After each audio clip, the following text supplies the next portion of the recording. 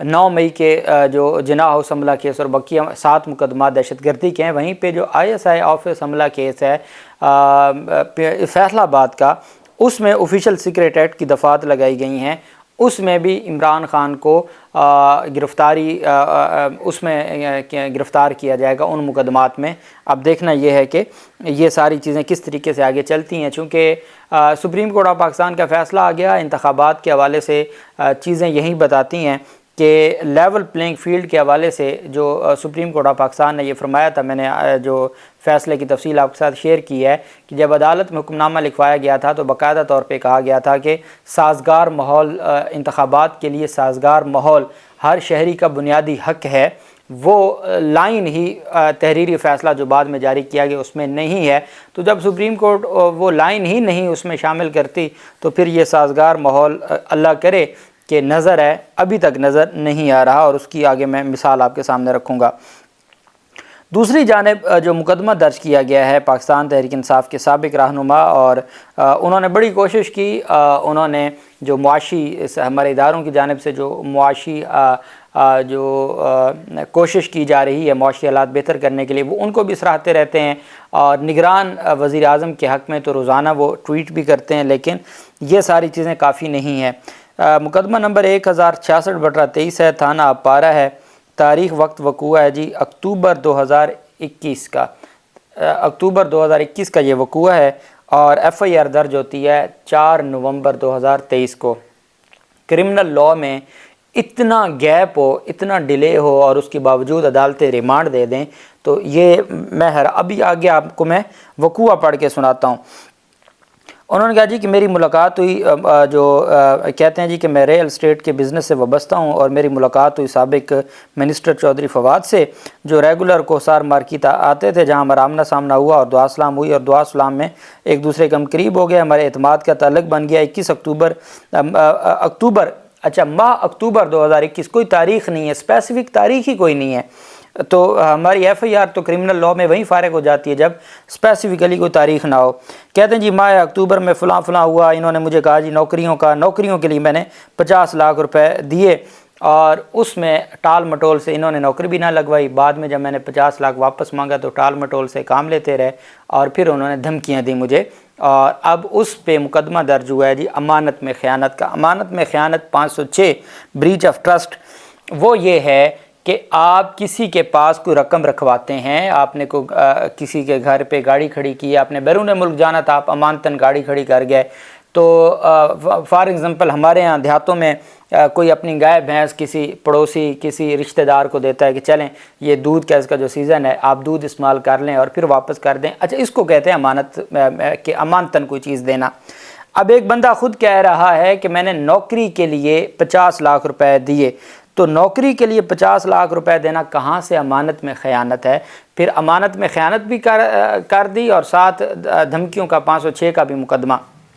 درج کر دیا۔ اب یہ میکسیمم کیس تھا ریکوری کا، کہ جناب اس کو میں نے اس مقصد کے لیے پیسے دیے تھے، اب وہ پیسے نہیں واپس کر رہے، تو میکسیمم کیس تھا، یہ ریکوری سوٹ سول سوٹ بن سکتا تھا۔ اس پہ مقدمہ درج ہوا، اور تقریباً 2 سال کے بعد مقدمہ درج ہوا، اور 2 سال کے مقدمہ درج ہونے کے بعد ان کو چہرہ ڈھانپ کے،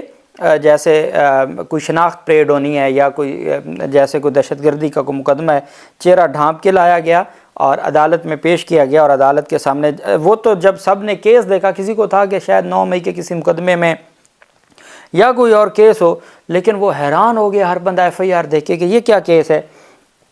دوران سماعت پولیس نے عدالت سے 5 روزہ ریمانڈ کی استدعا کی، جس میں عدالت نے فواد چودھری کا 2 روزہ جسمانی ریمانڈ منظور کر لیا۔ عدالت میں FIR پڑھ کے سنائی گئی، فواد چودھری کو بختر بند گاڑی میں لایا گیا اور منہ کو کپڑے سے ڈھانپ کر کچہری پہنچایا گیا۔ فواد چودھری کے دونوں بھائی اور اہلیہ کچہری میں موجود تھے۔ فیصل چودھری نے کمرہ عدالت میں اعتراض کیا کہ چہرے پر کپڑا کیوں ڈالا گیا، جبکہ فواد چودھری نے کہا کہ مجھے میرے وکلا سے ملنے دیا جائے۔ جج عباس شاہ نے فواد چودھری کو وکلا سے ملنے کی اجازت دی۔ عدالت میں فواد چودھری نے بتایا کہ میرے پھیپھڑوں کا مسئلہ ہے، لہٰذا مجھے ڈاکٹر تک رسائی دی جائے۔ ظہیر نامی شخص اتنا سست ہے کہ عدالت بھی نہیں آ سکے، مجھے بچوں سے ملنے کے لیے بھی رسائی دی جائے۔ مدعی کمرہ عدالت میں موجود ہی نہیں تھا۔ پولیس کے مطابق فواد چودھری نے جی شہری سے 50 لاکھ روپے لیے تھے اور نوکری کا وعدہ کیا تھا، نوکری نہیں دی تو پھر یہ امانت میں خیانت ہو گئی۔ عدالتی حکم نامے کے مطابق پولیس نے پسٹل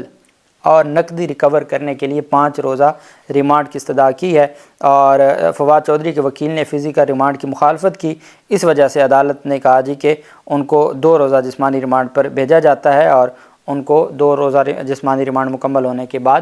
پیش کیا جائے۔ یہ جناب 7 نومبر کو ان کو دوبارہ پیش کیا جائے گا، اور اس طریقے سے ان کو پیش کیا گیا۔ اور میں سمجھتا ہوں کہ آپ کو 100 اختلاف ہو سکتا ہے، فواد چودھری نے پاکستان تحریک انصاف کو جن حالات میں چھوڑا، یہاں بڑے بڑے نظریاتی جو اپنے آپ کو کہا کرتے تھے، عثمان ڈار آپ نے دیکھ لیا، صداقت عباسی دیکھ لیا آپ نے، فروخ حبیب کو دیکھ لیا، اور یہ واحد وہ آدمی ہے جس نے کوئی پریس کانفرنس نہیں کی اور کسی ٹویٹ میں یا کسی میڈیا ٹاک میں عمران خان یا پاکستان تحریک انصاف کے حوالے سے کوئی بات نہیں کی۔ سمپل ایک ٹویٹ کیا تھا کہ میرا اب سے کسی بھی سیاسی جماعت سے کوئی تعلق نہیں ہے اور میں سیاست سے وقفہ لیتا ہوں۔ اب اس بنیاد پہ وہ ایک صحافی نے لکھا ہوا تھا کہ یہ ساری چیزیں کافی نہیں ہیں،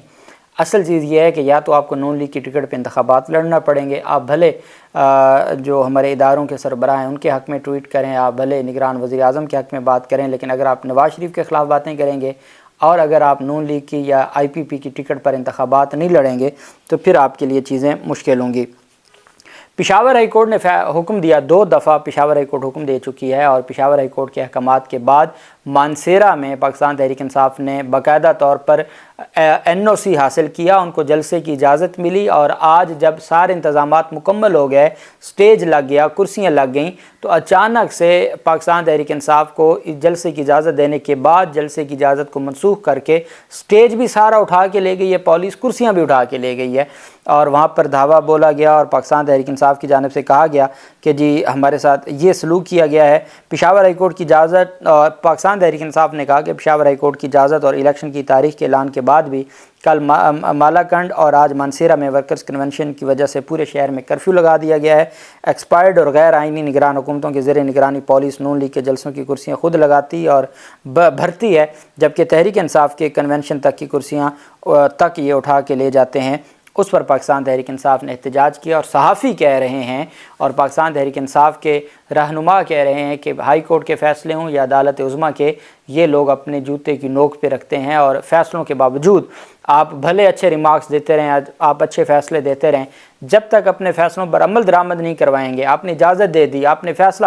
دے دیا، آپ نے کہا آپ کا آئینی حق ہے اور آپ اپنا آئینی حق مکمل حاصل کریں، اور حالت یہ اگر وہ آج کی ویڈیوز ہمارے معزز ججز نے دیکھی ہیں اور اس کے باوجود اگر یہ سلسلہ چلتا رہا، نہ الیکشن کمیشن بولے، نہ قاضی فیض عیسیٰ صاحب اس کے اوپر کوئی بات کریں، اور پھر کہا جائے کہ الیکشن کے حوالے سے کوئی مایوسی کی بات بھی نہیں کرنی، تو پھر کیسے کوئی چیز نظر آئے، کوئی